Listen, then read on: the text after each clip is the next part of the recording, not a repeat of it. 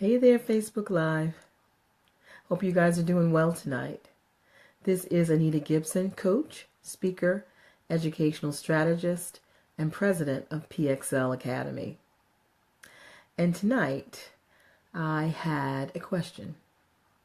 And actually, the question is not, do you have everything you need? The question is rather, do you know what you have already? And that question is for a parent who has a child who may be struggling. Sometimes we're asking for help. Sometimes we're feeling like we don't have the things that we need. But the truth is, it may be that we don't know what we already have. Because since God created the child that He gave to you, He knows exactly what the child needs. Hey there, Janine. Thank you. Yes. He knows what that child needs. And so when He gave you that child, He gave you everything you needed to be able to raise that child up to find purpose. So you have a problem. Your child is struggling with their academics or whatever it may be. It's not a surprise to God. He knew that that was going to happen. And He entrusted you with that child because He knew that you were going to have a heart to figure out what to do. So, God is the gatekeeper. He doesn't allow anything in unless it has a purpose. Nothing comes through unless God intends for it to come in. Oh, I see Linda. Daniel, he needs help. Inbox me. Let's talk. So nothing comes in to your child's life, into your life, unless God allows it in.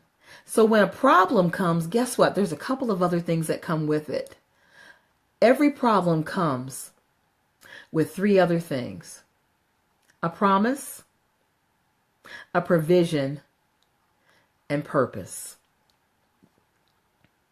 Every problem comes with three other things: a promise, a provision, and purpose.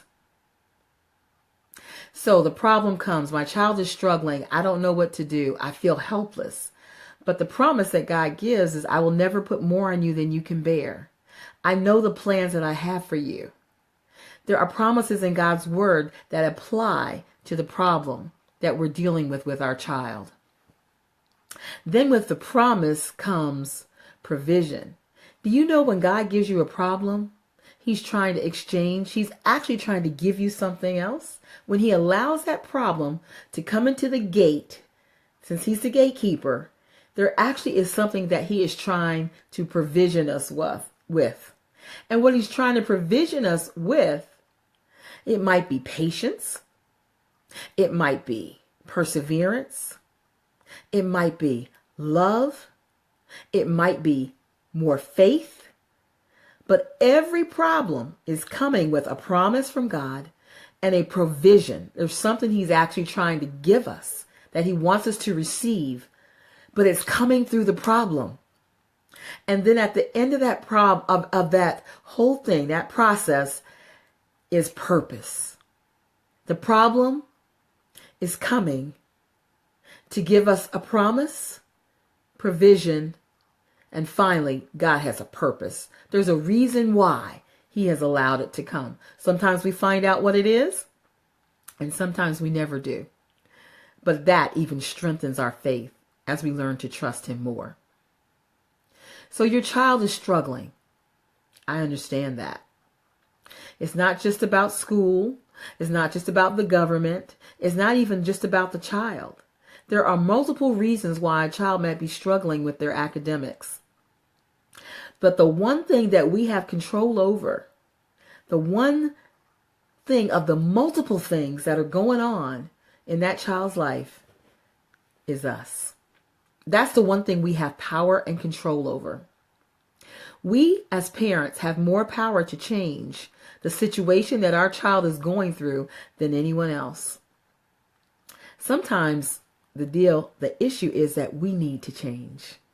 And sometimes that can be very hard to admit or to acknowledge that there is some part that we have in this process. Since it's the only thing that we actually fully have control over, it might be something that you may want to take a look at. So I'm going to share just a little bit from a book that I'm writing. It's called Starfinder. And it's a book about academic strategies to help students win. And so I just want to read this to you because I just thought that it might help someone. So here goes. Being a parent is no easy task. Dealing with an academic challenge as a parent is difficult at times. Sometimes, as a parent, I felt lonely. I felt lonely and hopeless. Sometimes I felt angry at my daughter. In my brain, I was thinking, she can do better. She needs to stop being lazy. Or she just needs to focus more. I got so tired of going over the phonics over and over, and finally she would get it, and only to start the next day, and she was looking at me like I was speaking Chinese. Frustration, yes. I remember days when Danielle cried tears of frustration, and Lord knows so did I, because I could not figure out how to help her. We had days when we had to put the assignments away because we were not making any progress. Some days I felt guilty because I was impatient and unloving. Other days I used anger to try to get some control over the situation, which only wounded her deeply. I learned more about my ego, my pride, and selfish heart. Some days I really didn't like what I saw in myself. Some days I was in shock at how ugly it was. And I had to do a lot of praying and apologizing. I had to pray a lot. Sometimes I tried again and again only to fail and have to start from the beginning. I wish I had been more emotionally intelligent, more spiritually mature. I wish I hadn't compared Danielle in my mind to her older sister who started to read at 3. I thought all kids learned like that.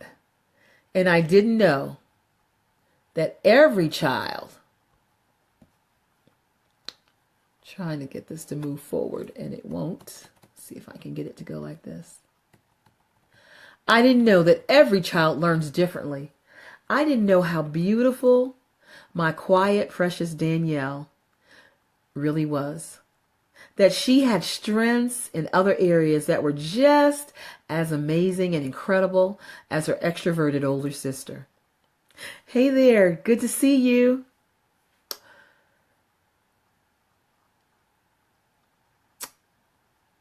I learned. Oh, but I learned. I learned that Danielle had a huge heart and the gift of nurture. She was always taking care of the less fortunate, the underdog. I learned that Danielle had all kinds of gifts and strengths, and she taught me the joy of being deliberate.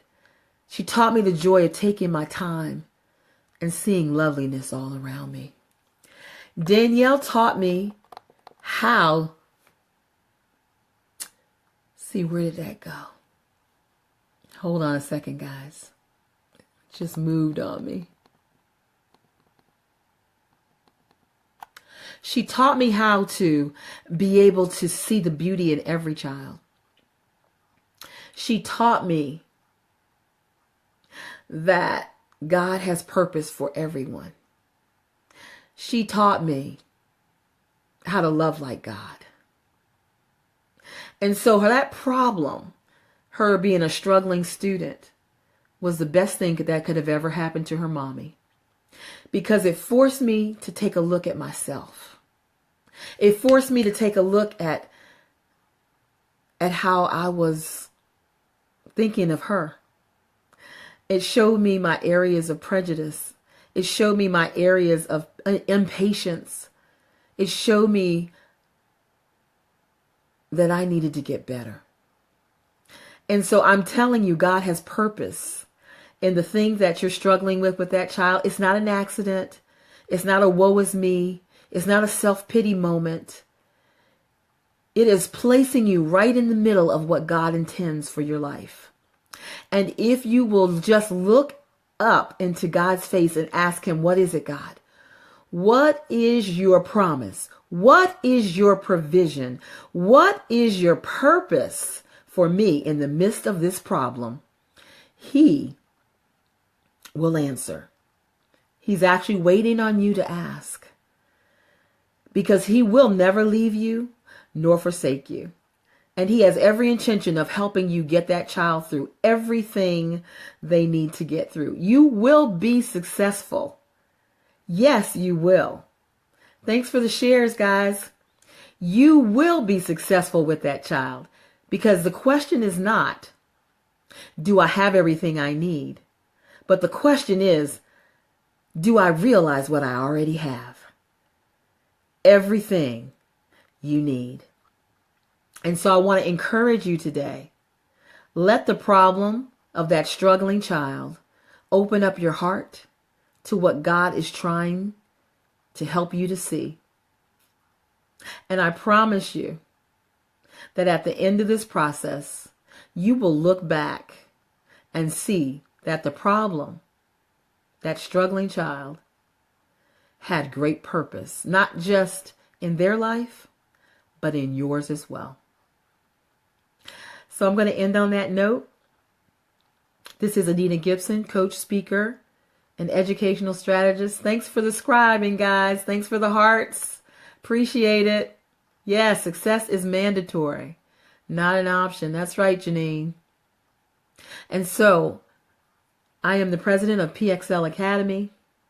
We're having an open house coming up next on Wednesday, April the 12th, from 6 to 6:30, and then an open house from 6:30 to 8:30. We'd love to see you there.